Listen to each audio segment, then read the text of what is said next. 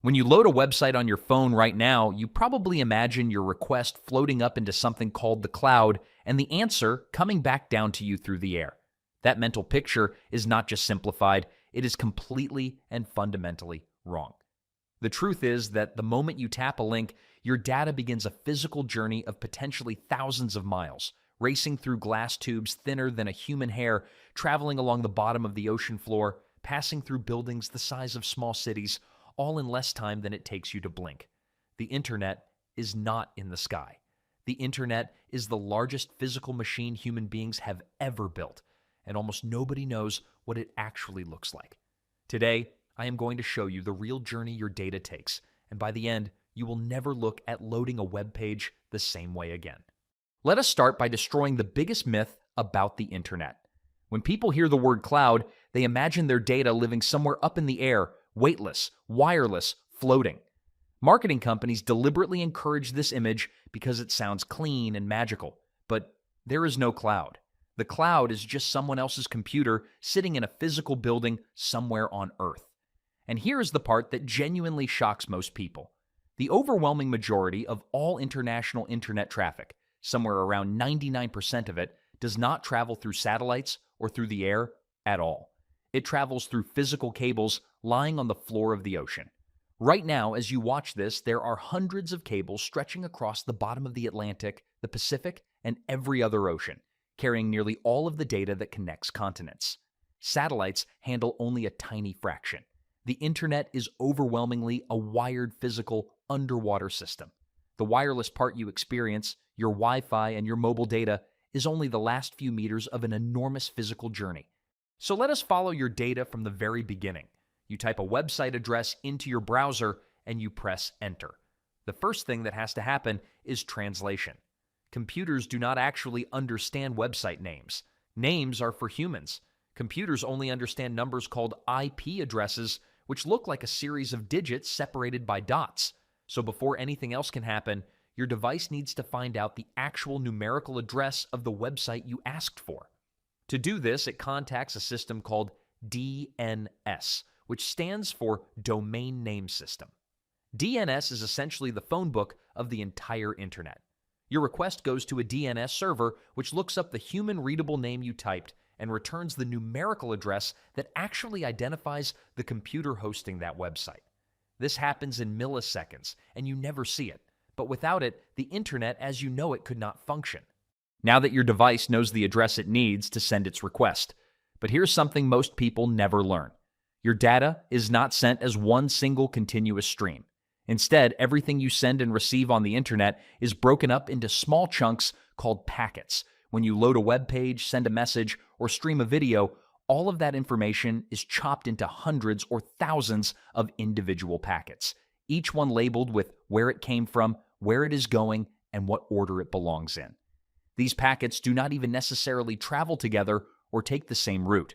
One packet might go through one path, while another packet of the same message takes a completely different path, and they all get reassembled in the correct order when they arrive. This system is called packet switching, and it is one of the most brilliant ideas in the history of technology. It is what makes the internet so resilient. If one route gets congested or fails, packets simply find another way around, like water flowing around a rock. Once your request is broken into packets, the journey out of your home begins. The packets leave your device and travel to your router, the box in your home that manages your connection. From your router, they travel to your modem, which connects you to your internet service provider. Your ISP is your on-ramp to the wider internet. From the ISP, your packets enter a regional network and then climb up into what is called the internet backbone. The backbone is made up of enormous high-capacity fiber optic cables that form the main highways of the internet, connecting major cities and crossing entire countries. These are not the small cables in your home. These are massive trunk lines capable of carrying staggering amounts of data. Your tiny request for a web page merges onto these data superhighways alongside the traffic of millions of other people, all moving simultaneously. And now we reach the part that truly defies what most people imagine. If the website you are visiting is hosted on another continent, your packets need to physically cross an ocean. And they do this through undersea cables. These are real cables, some of them only as thick as a garden hose, lying on the ocean floor, sometimes at depths of several kilometers in total darkness and crushing pressure. Inside these cables are strands of glass fiber, and your data travels through them not as electricity, but as pulses of light. This is the technology of fiber optics. Information is converted into flashes of laser light, and those flashes bounce down the glass fiber, reflecting off the inner walls, traveling at nearly 2/3 the speed of light. A single modern undersea cable can carry hundreds of terabits of data every second, enough to handle millions of simultaneous video streams. These cables are laid by specialized ships that slowly unspool them across the seabed over weeks and months. There are over 500 of these cables in service around the world, and together they form the actual backbone of global communication. When you video call someone on another continent, your voice and image are quite literally traveling as light through glass on the bottom of the sea. Eventually, your packets reach their destination, the computer that hosts the website you asked for. But this is not a single computer sitting in an office. The website you are visiting almost certainly lives in a data center. A data center is a massive purpose-built facility, often the size of several football fields, filled with thousands upon thousands of servers stacked in endless rows. These buildings consume enormous amounts of electricity, not just to run the servers, but to cool them, because all those computers generate tremendous heat. Some data centers use so much power they have their own dedicated electrical substations. The biggest tech companies operate data centers all around the world, and they deliberately place copies of their content in multiple locations so that when you make a request, you are served by the data center closest to you. This is why a video loads quickly, even if the company is headquartered on the other side of the planet. They have placed a copy near you in advance.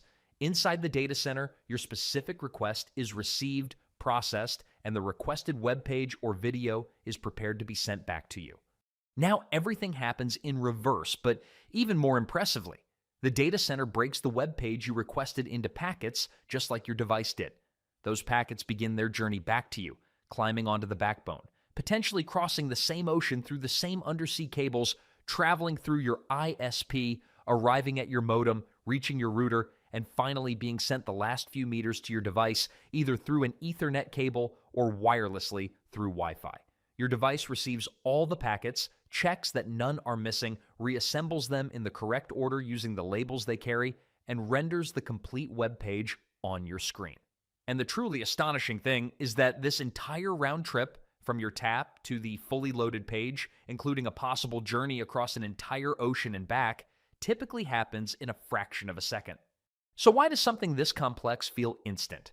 The answer comes down to the speed of light and clever engineering. Light travels incredibly fast, and even accounting for the slowdown as it passes through glass fiber, data can cross from one side of the planet to the other in well under a second. The delay you do experience is called latency, and it is measured in milliseconds. When you play an online game and someone talks about their ping, they are talking about this latency, the time it takes for a packet to make a round trip to the server and back. The further away the server is physically, the higher your latency, because no matter how advanced the technology, data still cannot travel faster than the laws of physics allow. This is why a gamer in one country playing on a server in a distant country will always have higher ping than someone playing locally. Distance is physical, and the internet, despite feeling magical, is bound by physical distance. Because the internet is physical, it can physically break. Undersea cables get damaged by ship anchors, by fishing equipment, by underwater earthquakes, and occasionally even by sharks biting them. When a major cable is cut, entire regions can experience slower internet or outages while traffic is rerouted through other cables, and repair ships have to physically sail out, locate the break on the ocean floor, haul the cable up, fix it, and lay it back down. A process that can take weeks. The internet feels invincible and ever-present, but it is a physical system held together by real cables, real buildings, and real machines that require constant maintenance by thousands of people you will never see. So here is what I want you to take away from this. The internet is not a cloud. It is not magic. It is not floating in the sky. It is the single largest and most complex physical machine that humanity has ever constructed. It is made of glass threads on the ocean floor carrying light across the planet. Buildings full of humming servers drinking enormous amounts of electricity, and a web of cables and routers spanning every continent. Every time you load a page, send a message, or watch a video, you are commanding a global physical system to spring into action, moving your data thousands of miles and back in the time it takes to blink. The people who built this system made it so seamless and so invisible that we forgot it was even there. But now you know the truth. The next time someone tells you your photos are safe in the cloud, you will know they actually mean your photos are sitting on a physical drive in a giant building somewhere, reachable only through threads of glass beneath the sea. If this changed the way you see the internet, subscribe, because the next video reveals who actually owns and controls these cables, and the answer is more concerning than you think.